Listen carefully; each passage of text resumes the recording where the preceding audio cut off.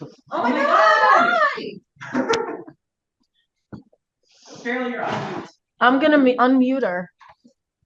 Oh my God! Look at. Hi. Oh my God! Ah! We're like a big adult. Look at you guys. Oh my God! This is so exciting. It's so nice to see you. I know it's a little hard to hear you guys, but I can. Hi, I know it's very good to see you. Okay, The wait. Well, it's gonna classroom yell. All right, so has. Danielle is on this call too. She's an alumni, and so is Jeff. And Jeff is right here with us. Yes, no, he's in this room. So, I guess first of all three of you, thank you so much for coming today. And on kind of short notice, Verona and I were sitting in my office a week ago, and we are like, "Shit, we need to get some alumni." This thing. Hate you. So I know Danielle, you're kind of on a time crunch, and so I guess let's just start off by telling us like when you guys graduated, where you went, and then what you're doing now. How's that? Let's start with that, and let's start with Danielle, and then do Farrell, and then Jeff. So I went to MCC. I graduated MCC in the spring of 2020, so right during COVID. Went right to Geneseo in the fall after that, and then I graduated in the spring of 2022. It took me, I think, about 4 months to find a professional job, and I started at a company called Terracon.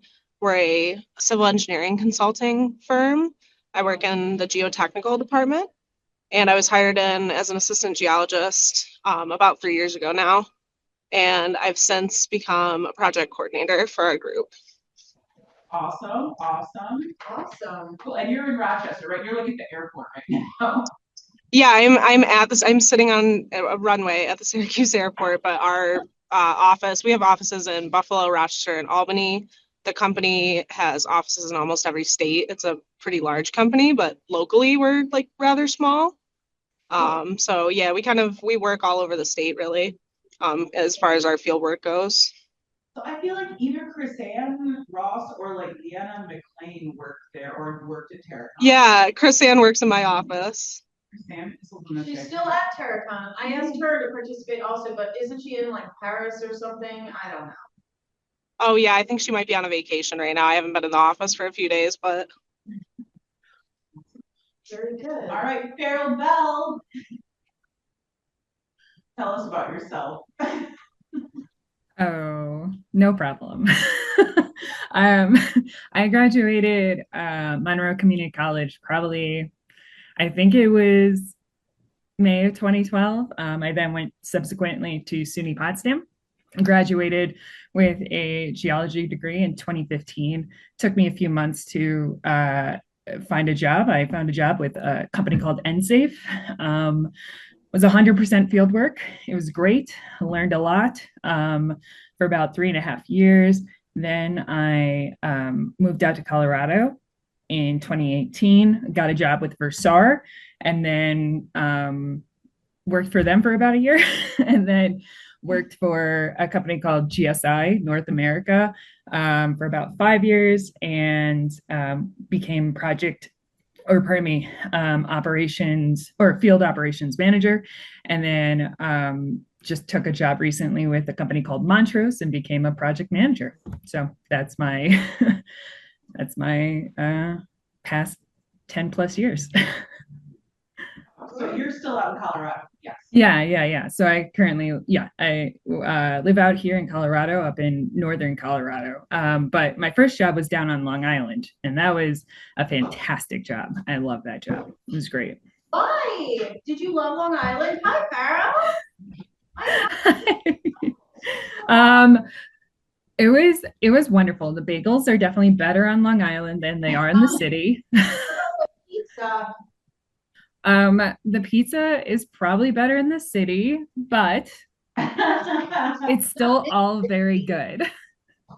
All right. Well, so Jeff, why don't you tell us? I know you prepared some slides, but let's just talk, and then we can maybe look at some of the stuff later. Tell us your story, and then do you want Jeff to be on the camera?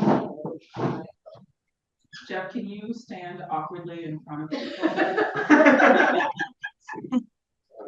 almost there. Almost there. Warmer. I think. No. I'm trying to no, figure you're- out where to stay. Jeff, can you stand like where you were sitting? Let's just stand there. Yeah. Oh, you can stand on one leg. I'm just kidding. Oh, yeah, there we go. Yeah. So, I'm Jeffrey Herberger. I graduated MCC at the end of 2022 and then transferred over to SUNY Geneseo, where I just graduated this spring. I had a job lined up for right after I graduated with Heidelberg Materials as a material management trainee. But I recently, in the last 2 months, switched over to the New York State Department of Transportation as an engineering technician, working on different transportation projects across the Region 4. Cool. I want to know so much more about all of what you guys actually do, but. No, that's what I was go gonna ahead. do. So ask your question. No, I want to know, like, for each of you, what is like a day, like an average day in your jobs? Like, if there is an average day. And maybe focus more on if you ever go outside kind of day. Like, yeah. Or whatever you do in an average day. Why don't you go first, whatever. Very well organized. Danielle, I'll let you go first. You're at an airport on a tarmac, it sounds like. Yeah, this is not like a typical site, I would say, but a typical day of field work for me consists of standing behind a geotechnical drilling rig. So not quite the same as drilling for oil, but it's actually sitting right next to me. I could probably show you. It's this really big piece of equipment that they use to collect soil and core rocks. So the basis of like my department, I guess, is we do all the field work, we collect the samples, the engineers, we run testing on them, and it's so the engineers can make recommendations to design engineers about how they should design their foundations for their bridges, their buildings, or like in this case at the airport, they're going to replace the runway. So this is all, we're doing a bunch of drilling and different types of tests to help them determine how they're going to design the pavement and the subsurface. So mostly I stand behind the drill rigs and I classify the soils, I classify the rock, I get to look at the rock cores and help the engineers describe them. So that's usually what I do. We do lots of other testing as well. I have opportunities to work in our laboratory if I want. In this new role as a project coordinator, I just started a few weeks ago. So I'll be I spent the first 3 years pretty much exclusively in the field. And this new role, I'll be in the office a lot, assisting the project managers, helping write their proposals, helping them track their project budgets and invoices. So kind of shifting more into the business side of the world here. Very cool. Farrell, would you like to go next? Sure. So my roles changed significantly in the past 6 weeks, but I'll talk about kind of like what I was doing for probably previously, because it was more indicative of what I think you guys will be entering into. So I was helping schedule and coordinate a bunch of the field work that our company was doing. We are a federal subcontractor, GSI North America, which means that we take almost exclusively a bunch of our contracts through the federal government. And I was helping working on proposals. So like a proposal would come in from the government and I would help like budget it out for like the next 5 years, because generally they're 3 to 5 year contracts. So I would be working more on because of my field experience, I was helping more on the technical side of things. We would get soil, groundwater, soil vapor, types of contamination, and we would have to tell the government how we would basically do the work that they wanted us to do. So I would work on a bunch of proposals. I would work on the tech reports and the tech writing. I would schedule and coordinate the field events. I would go out into the field and do more of the complicated work that generally involved like geotech work that Daniel's working on, or we would be working with a sonic rig or mud rotary. There's all different kinds of drill rigs, but it's all the same types of things. You would pull a core, you would examine the core, you would log it, you would take a soil sample, so on and so forth. Or we would take soil vapor samples. Anyway, so that was probably the last 5 years of my life. Currently, I transferred over to more of a private industry, which is super different. And I'm learning this aspect about it and doing the same thing. I have a field team that goes out and they go and collect soil samples, groundwater samples, and so on. And so I help manage. I'm managing like 27 projects right now, and I'm trying to like wrap my head around those. We are a single client right now, so what that means that we only work for one client. We are trying to branch out to get other private industry contracts or federal contracts, and I might be involved in some of that. But currently here at my role at this larger company, I'm just trying to learn how to become a project manager, pretty much. So budgets, invoicing, all that stuff. Farrell, how was your work impacted by like the government shutdown earlier this year? So it's interesting. That's an interesting question. For new contracts, it's affected. So all new contracts were stalled. They were halted, but because of based on how federal contracts work, generally they're 3 to 5 years out. So that money is already allocated to Congress. And that wasn't necessarily affected, the work being done. But with folks getting furloughed and not working, when we would try to invoice them, it was being held back. We weren't getting paid. Like, we knew the money was already allocated and we knew that we had to already complete the work. We had to complete the work that was in the contract. But just because they're furloughed doesn't mean that we get to stop. So it just kind of like slowed things down. It didn't necessarily halt anything, if that makes sense. Yeah, no, that's cool. Yeah. Okay, Jeff, you're up. What's your day like in this position or your last position? So for my current position, it varies. Recently we were doing steel repairs on a bridge over in Varysburg, which is about like 40 miles away. So my job is mostly just taking field notes of what the contractors are doing, what weather, equipment and all that and stuff, and then going over blueprints to make sure that what the contractor is doing is what the state has planned for the bridge. So, and then I'll write up a report and stuff and make any payments, and then work with our office engineers if there's anything else needing to be done. So, but it will vary depending on what what I'm working on. If I'm looking at a bridge, a culvert, pavement and stuff. I might do concrete testing or asphalt testing stuff. And then in the winter, when we go winter assignment, I will be working with the geotech department in region 4. But that is only when our contract is finished. Hey Jeff, I know you haven't been there for long. Yeah. Do you know Robbie Kelly? He works. Farrell, you know Robbie.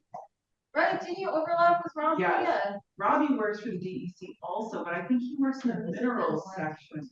Oh, sorry, you're in the DEC. Oh, sorry, I mixed up my alphabet organizations. Just kidding. Robbie works for the DEC up in the minerals division. He went to Brooklyn with you, didn't he, Farrell? I don't. If I saw his face, I would remember it. I'm much better with faces than I am with names. Let me look him up on LinkedIn. Okay. Robbie was a big dude. I don't know if he still is. But anyway. So I have a few, like, at first, I would thank you so much, all of you. Students here, what kinds of questions do you have for these folks who came through MCC Geo and then transferred and now are doing like real jobs? Ask them some questions that you have, and then we can have some other questions from us. I have a question mostly for. Yeah, talk out loud. I have a question mostly for Farrell. Is because you had mentioned that you worked in field work for a long time, and that right now is what I'm really interested in. Do you think it's like sustainable for a long-term career, or is it really hard to keep up? Because I imagine there's a lot of traveling involved. Yeah, that's a really good question. Danielle is probably in the mix of it right now because she's in this point in her career. But yeah, it's certainly sustainable. If you want to move up in your career, though, you'll probably move over into like a field operations type of person. So you'll start off as a staff, and then you'll move up into a team lead position, and then from there, you'll probably there is progression if you want to stay in the field. And I certainly thought like that was my track and my career goal. But this opportunity presented itself and I wanted to try out project managing. I was doing a lot of stuff around the periphery of project managing. I just didn't have the title. Like I was helping out with invoices and so on and so forth. I think that there is the travel was a fair amount for me personally. There's a lot of, and Daniel, I don't know if you travel or do a lot of traveling, but I was traveling to Hawaii. Oh no, me. And Oh no, oh no. Bummer. But that was only once actually. So that was once, but it was still a ton of fun. But a lot of they send you like contamination and cleanup doesn't happen in pretty places generally. So they send you to like the middle of nowhere. So I was going to like Washington, Texas, California a bunch, but not like, again, not the super cool parts, like the very uncool parts. But it was still beautiful and I loved it. I loved all of it. Every single site that I worked on is like a puzzle, right? And you're like the first person digging into this puzzle and you're figuring it out. And you have to write really good documentation to like help progress the cleanup. And again, I want to kind of like stress that I've worked in environmental consulting as a geologist. And it sounds like other folks have worked in you know geotechnical and engineering and that kind of side of things. So I can really only speak to the environmental consulting part of it. But to go back to your question, there is a progression with field work, and you can start off really strong in it. And I would say like get your hands into everything. I burnt out a little bit, but it was because we didn't hire enough people, but that's okay. I still got my hands on a ton of stuff. And I will miss the traveling part, but I know I can always fall back on my field experience because, to be honest, with people here, they're always trying to hire good field people. Like there's never not a time. Like project managers, like whatever, they're a dime a dozen. Good field people, that's like we're always trying to find good field people because good data in equals good data out. And the field folk, they collect the data, right? And everything, thousands and hundreds of thousands and millions of dollars are based on the decisions that you collect in the field, right? So finding a good field person is really it is, you will always have a job for sure. Okay. And again, a career progression. Hey, Tara's got a question. Yes. By the way, all of your jobs are super interesting, super cool. But I do wonder what surprising niches you might have seen some of your coworkers maybe in field work go into from their degree. This is for all of you. In my experience, at least some of the geologists that have worked at my company who've moved on, we've had at least a couple that have transitioned into the DEC.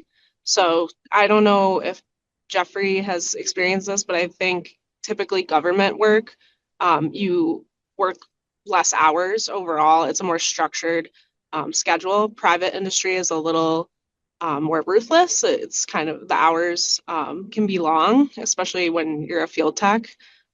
Just like Pharrell was just saying, travel, you will probably travel a lot. It can sometimes be up to you. I didn't really want to travel very much other than locally within the state. And I was pretty upfront about that in my interviews. But I know people that have transitioned into like more of the construction side because they really enjoyed being on the construction sites. They've gotten involved in site supervision, construction inspections. I think there can be a lot of money in those areas, but again, there's long hours. Mostly a lot of people I've seen just you kind of shuffle between firms, or you start off in geotechnical, maybe you find out that you really like environmental consulting a little bit better. So I know at least a couple people that have moved from my company to Labella, which is another local firm that focuses on mostly environmental. But I mean, once you have a degree in STEM and in geology, I think you're useful to a lot of different sectors. So you're not really like limited to just getting a job with the title geologist or environmental scientist. You know, you can kind of branch out into other areas, especially once you get a little experience under your belt. Cool. Quickly, I'm going to piggyback off what Danielle said. I would highly recommend getting a geology degree as opposed to a environmental science degree. I know that you guys are in the first 2 years. I see you guys like in the background. They never believe us. We're old. Go on. Some of them believe us.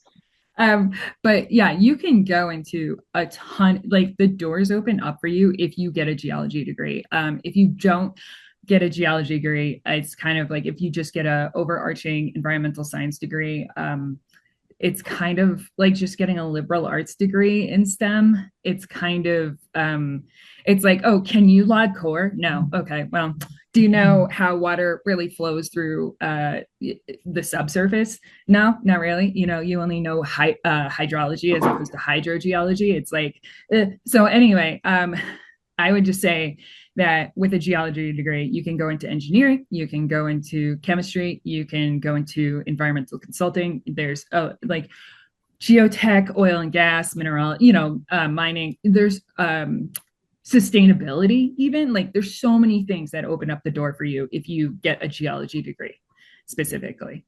So yeah. Thank you. Make a clip of that. Yeah. Does anyone else have some questions for these three? They can think of. Oh, sorry, we skipped over.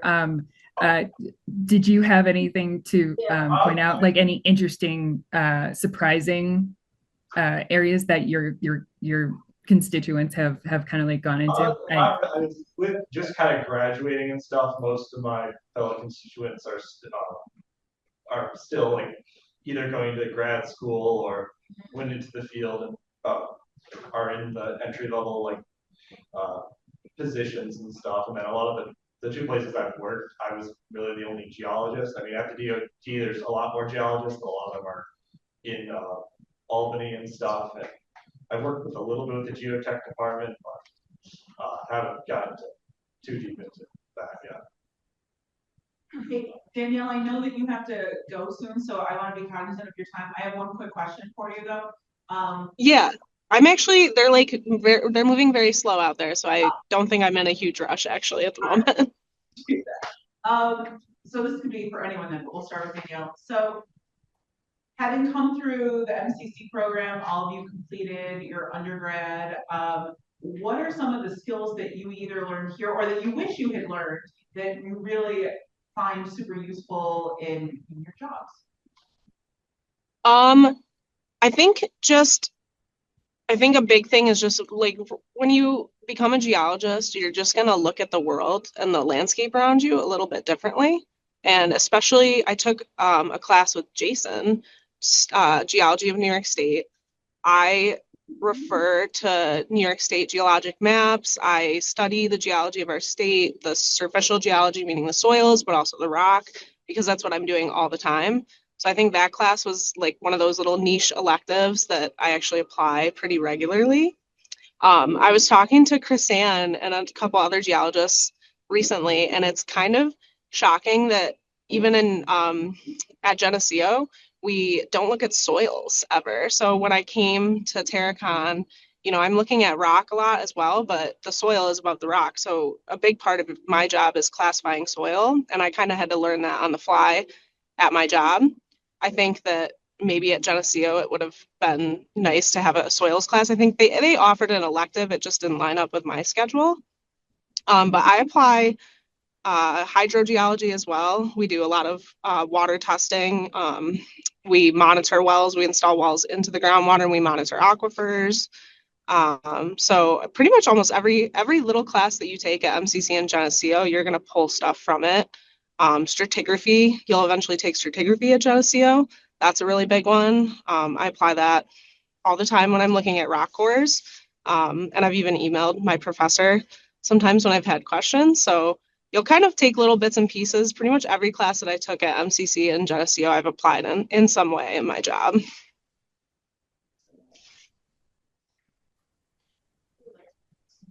Barely when you get. Yeah.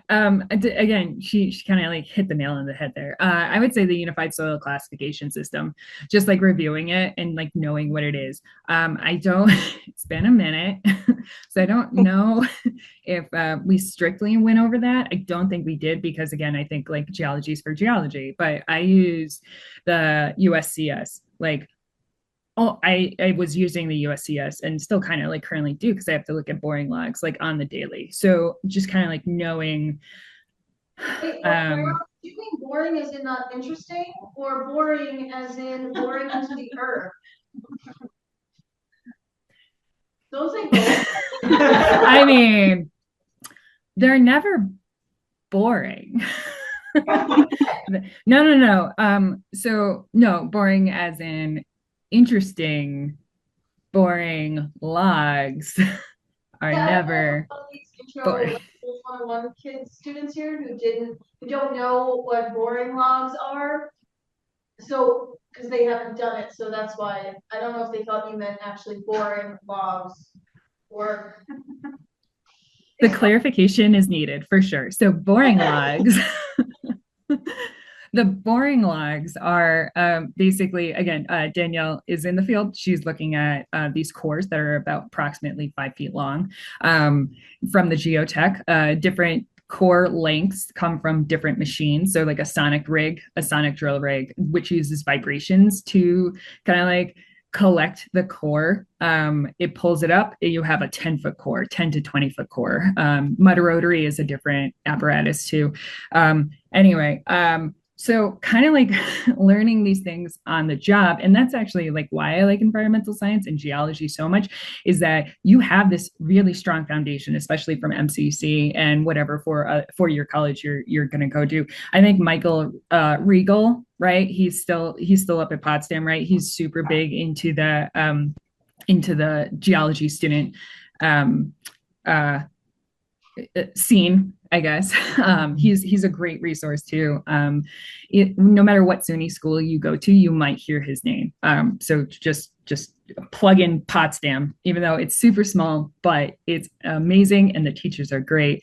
And it's really like very much one-on-one learning. I chose a smaller school because that's personally how I learn better. So, but anyway, plug in Potsdam again. Yeah, probably the unified soil classification system is probably the biggest thing that you guys don't have to learn it, but just knowing that it exists and getting exposure to it would be like probably the best thing you can do for your career as a geologist, going into environmental at least. And then Rockworks, like working with any other program for the boring logs, you kind of like input the unified. So what the unified soil classification system is that it's a standardization on how to classify certain soils when you're logging core, so that a geologist or whoever is looking at your project in 20 years can decipher it and be like, oh, okay, like this is standardly like what it means. Because that's going to happen. You're going to work on a project and then 20 years from now, you're going to like, somebody's going to look at your reports or you're going to be looking at somebody's reports from 20 years ago. And I do that a lot to figure out what's happened at a site, which is fun. I actually find that a lot of fun. It's like little digging. That And I think that's the main thing I wish that we would have touched slightly more. But again, geology is very like it helps you like you share information so much, and it's super collaborative, and I love it so very much. The amount of stuff I've learned in the field and on my job has been so much. It's great. How about you, Jeff?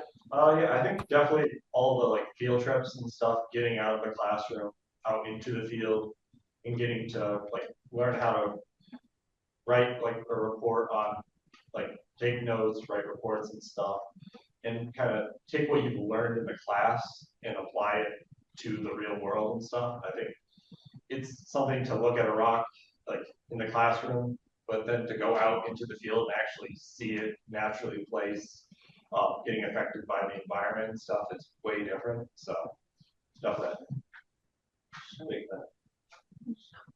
I have two questions, and one is for these soil people out there. Can you see me? Can you see the Munsell soil charts? So, and look, here's our big tertiary diagram of So soil. tiny. So I do this in environmental geology. We got soil out of 101 because sometimes It's a snoozer. it's a snooze fest because it's mixed in with set rocks and it was just too much. But in environmental geology, I don't know if you remember Jeff, because you might be the only one of the three of you that took environmental. We did soil. Although when you were here, we didn't have these books because they're very expensive. We just got them recently. We had some extra money at the end of Yeah. the year. So I got Those books are $500. They're like Yeah, they're so $400. They're so expensive. Oh yeah, $500? Yeah. It cannot be that. Oh, Oh No, wait, it It is. is. No, it is. Okay, so we bought two of them, and I used them I use them in environmental geology, which is next fall, in case anyone's wondering. But yeah, they're super expensive. That's why we never have one. Yep. And so we do soil in that course, but that's probably the only one we're really focused on soil. sure. And we also do a lot of the like environmental, like a lot of groundwater flow and that kind of stuff in that course. That was more of a plug for this. Another thing, just for everyone, and you mentioned Potsdam, Michael Regal, he loves MCC students. Yeah. Like he stopped us at a conference or at some meeting. It was after we said Farrell there. He was like, Yeah. how many of your students can you send us?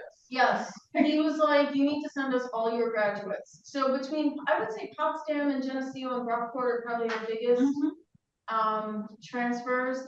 But I know he specifically was like, please send us all your people. Yeah, and Geneseo was the same way. We don't really hear from Rockport too much. No. Our students don't. I distinctly remember sitting in your office, Professor Barone, and you asked me where I was going to transfer, and I said I was trying to decide between Brockport and Geneseo, and you said, oh no, you're going to go to Geneseo. And you didn't even give me a choice. I made a little personal to it. It was the right choice. You were right. It was good advising. She loves hearing that so much. I'm like generally right all the time. I do have another question related to undergrad experiences that I think would be helpful for the students in here. Did you get like, what kinds of like internships or like part-time positions or things did you have throughout your undergrad that were sort of in the category of geology or environmental or anything like related to your degree path? And how did you get those positions? I know Jeff has a few, so Jeff, why don't you start on this one? Yeah, so during my time at Geneseo, I completed 3 different internships. So the first one I did was the American Rock Salt internship. So every spring, the spring semester, they'll have people apply for it to be the intern with one of the mine geologists at the mine. So you'll apply and they'll pick one student to do it, and then you can choose the amount of credits. Normally it's 3 credits, and then you'll go work with him and stuff, so you'll set your own hours and stuff, so whenever your time is free from not being in the other classes. And you can do a variety of things there, depending on how much time you had, so, but he was slightly old school there, so a lot of paper maps and all that stuff still. So Which are important. yes, Did you go down into the salt line? I did go down the salt line a few times, so. That's that so is cool. one It's so cool. great thing about Geneseo is every spring they bring in a presenter that will present, and then they'll take a certain amount of students down into the mine to give a tour of it. So definitely another bonus to going to Geneseo. Then after that, during that summer, I then went to work for the DOT as a construction inspector. So I had found that one after talking with one of my professors at Geneseo, and it was a good internship and kind of reason I'm back there. But then my last one, I went and worked for the DEC in their material management, which is pretty much just the landfills. And that one, I just decided to call their office in Avon and say, hey, I have some extra time. Is there somebody I can just shadow or work with to kind of just gain more work experience? So luckily they were able to find someone, and it's pretty enjoyable. Very cool. How about you ladies? I'll be honest, I didn't do a single internship at all. I applied to the American Rock Salt, but the semester that I applied, I think they had about 12 applicants and they only take one, so I did not get selected for that one. I worked full time while I was going to school, so I was sort of, living with my fiance and paying bills like an adult, so it wasn't really in a position to take any unpaid internships. And it was also COVID, so there was just not, I think, a lot of things available. But I do think doing any type of internship is really a great way to break in to getting a job. I think if you don't, it's just a little bit harder to find work. So I was essentially, when I was looking for work, I worked at a bar near RIT, and there were a lot of engineers that would come in for happy hour. And I would essentially sell myself at the bar and say that I just graduated with a geology degree, and are you guys hiring?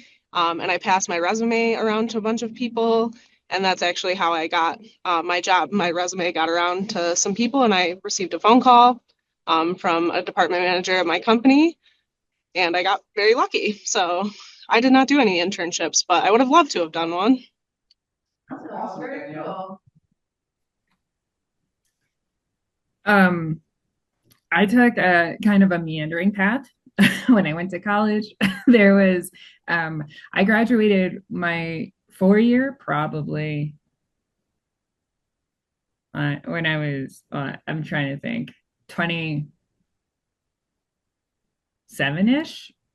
So I would say like trying to figure out, I started off in engineering, and then I did a bunch of different things. I did AmeriCorps. I had a couple of different jobs and internships in general. And then I went to Monroe Community College, and I was taking a plethora of sciences. And I want to give a big shout out to Amanda Calcima and Jessica Barone, because I took their class and I was like, this is what I want to do. I get to do science and get to be outside. Like, this is great.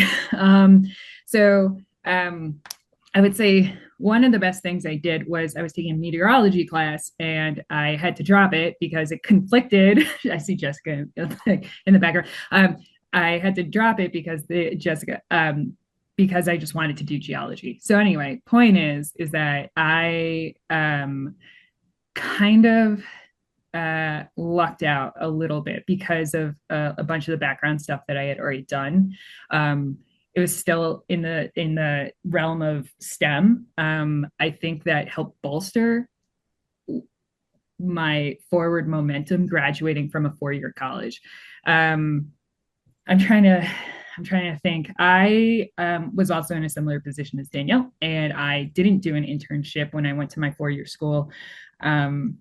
I did research instead. And that was like, I don't know if they still do that, but I highly recommend it. I didn't think I would like research, but basically it was like internship or research or like a a field course to graduate. And so I chose the research and I loved it. It was way cooler than I ever thought. And so again, just plug in Potsdam again, they do give you these kind of like different avenues. So you don't have to spend like a ton of money to go to field camp.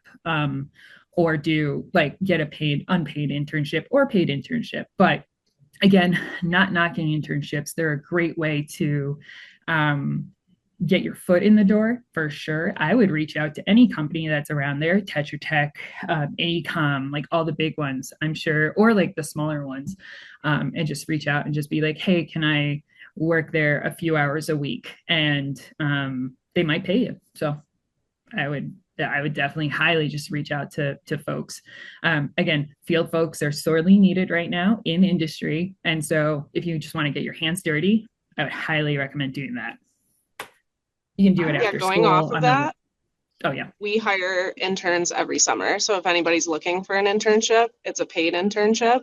We hire them in our geotech department. So you would do what I'm doing. You would work behind drill rigs. And we also hire in our materials department for the summer. So you would be working on construction sites, helping to test soils, stone, and like concrete. So if anyone's interested, reach out in the spring. And like they teach you somewhat like how to, when you're saying you're testing concrete and soils and you said asphalt, like someone's gonna show you how to initially do that and then you just. Yeah, you would not be alone. You would go out into the field with somebody experienced and spend a certain amount of time with them before they would let you loose. I would just like to say that when Farrell first came to MCC, Professor Barone was mad at her every week. I was always mad at you. Aww. Farrell would show up late with a motorcycle helmet, and Barone was so mad all the time. And I was like, no, there's something good. There's good in there. Like we're gonna work with Farrell. She's gonna be awesome. And by the time she left, she was like an absolute geology beast. Yeah. Like she was amazing. Yeah, I think both Farrell and Jeff took the field course. Danielle, you did. I don't want to forget, you didn't take one of the Geo 295 field courses, right? No, it was COVID. I feel like, yeah, COVID. Yeah. I missed out on a lot of stuff. Yeah. Yeah, oh, I'm sorry. Well, that's okay. They're doing also. I did an Iceland study abroad at Geneseo, so I sort of made up for it by getting to go do something cool there. Oh. Not good. Things worked out. Yes, yeah. Do you guys here have any other questions for our esteemed guests? I have a question. In your experiences in your fields, is it common, I guess, for people to have like master's degrees or more four-year degrees, or does it sort of not matter? Good question. I work with people who have both. So Chris Ann, who I can't remember who, somebody mentioned Chris Ann earlier. She was an MCC grad and a Geneseo grad, and she went on to do a master's degree in New Zealand. And she became a volcanologist and then got a job after. I don't think it's a requirement, but I think if it's something that you want to do, I think you can benefit from it for sure.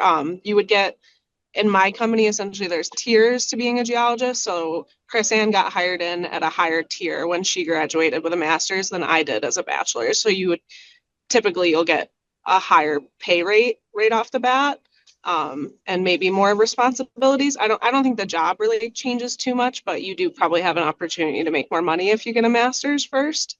But you can also I've kind of climbed up to that same level now without a master's.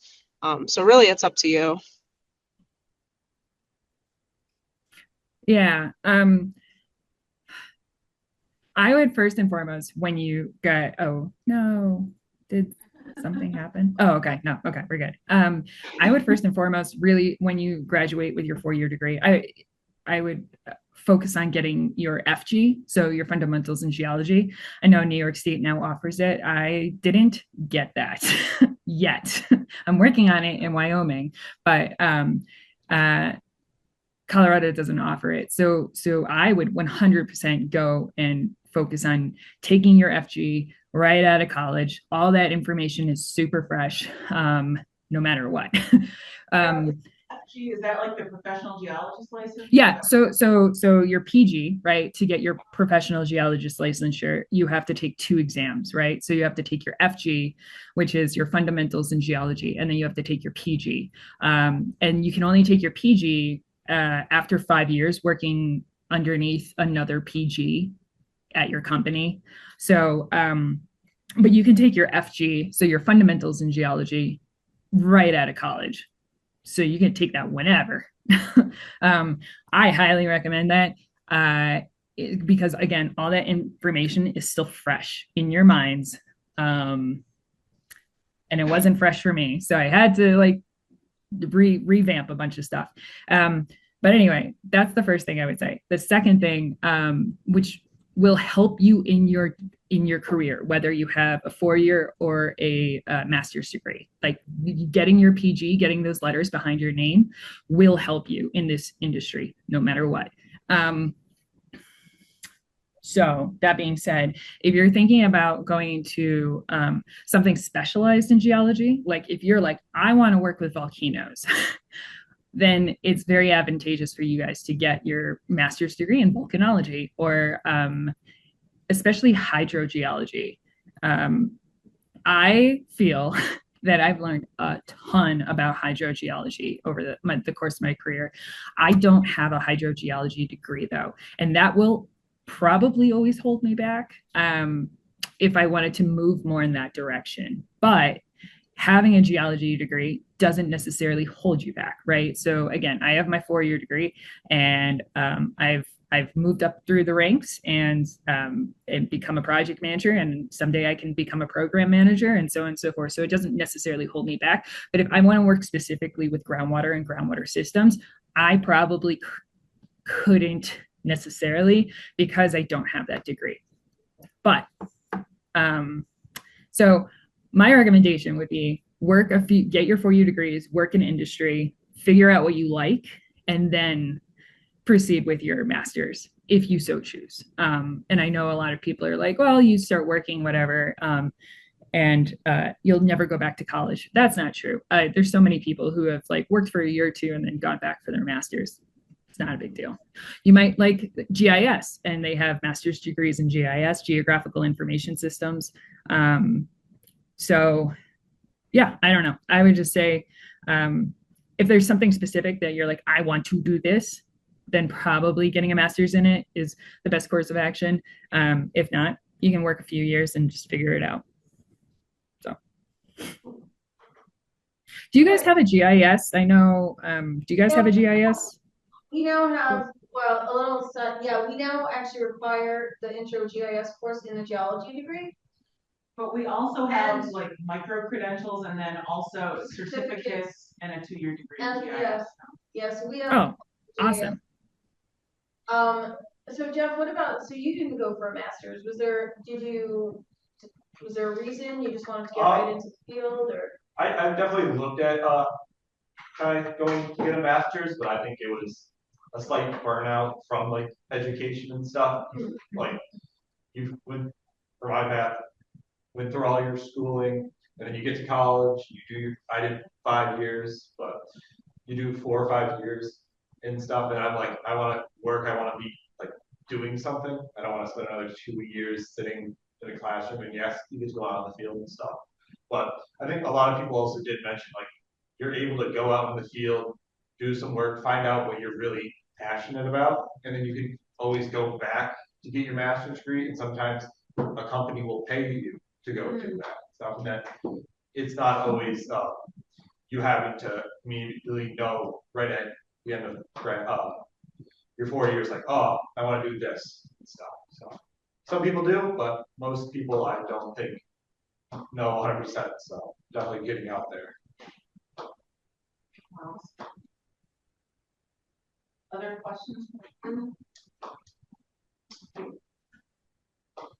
Just like how much time between, say, a project ends, do you like get time off, like after a project ends, and like what's the workload like in between, like traveling? Is it just back to back, even locally?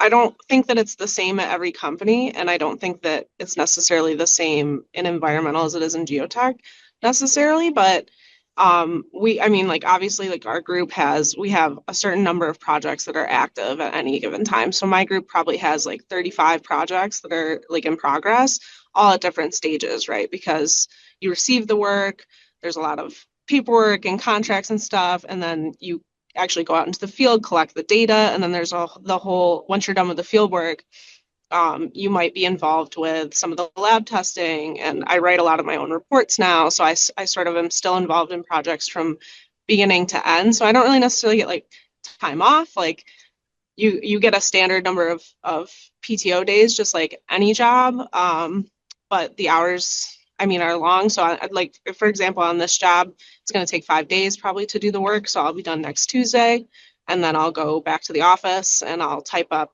like Farrell was saying earlier, I'll type up all my boring logs and help the engineers start the report, and I will assign lab work to the soils. So I'll probably be involved with the project in an office setting for a few days after that. But my first couple years, when I was exclusively in the field, there really is no time off. So it was kind of, I'm, at the airport in Syracuse for 5 days, and then the day after that, I immediately have to drive down to Olean the next day. Most companies allow you to book hotels. So if a project is really far away, I'll typically just book a hotel and stay out of town for a few days. But I'm kind of a homebody and I like to go home, and my company pays for drive time, which is very nice. So even if a site's a couple hours away, a lot of times I'll just bite the bullet and drive to the site and back in one day and work long days for a few weeks. So there's not necessarily like time off in between projects. The work is kind of always coming and going. But like Farrell said, sometimes field work, you can get a little burnt out. My company and my boss in general is really good with our field staff. My first year, I was getting kind of burnt out, and I spoke up to my boss, and he was very kind and gave me some time in the office and some time in the lab to sort of refresh and travel a little less. So, yeah. Carol, I know you have a hard stop at 1 o'clock, so we have like 5 minutes. I don't want to keep you until 1 because probably.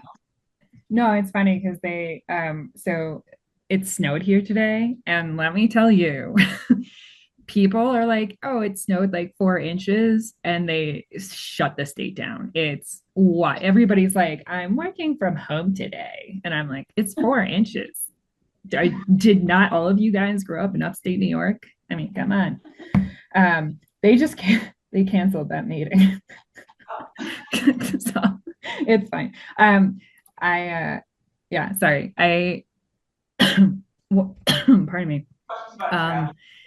They, not to keep this meeting going too much longer, but I really enjoyed traveling out of state. So you can kind of choose, I would say be upfront when you're interviewing, be upfront of like, what you don't like, but I'm saying like, I would also suggest you coming out of college, just try to, pardon me, just try to take a bunch of opportunities. You might like staying home and traveling like daily, or you might like these like week, 2 week, 3 week kind of ventures out in the middle of nowhere, beautiful Washington state, so like it kind of depends. I would say though as well that in environmental consulting there's field season, and then there's proposal season, and then there's tech writing season.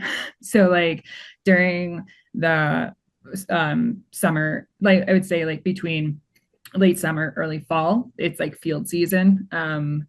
Late spring, early summer, field season, and kind of like in between, you're either writing tech reports or helping with the documentation once you get back, or you're working on proposals, tech stuff. Anyway, the point is that it's not always necessarily consistent.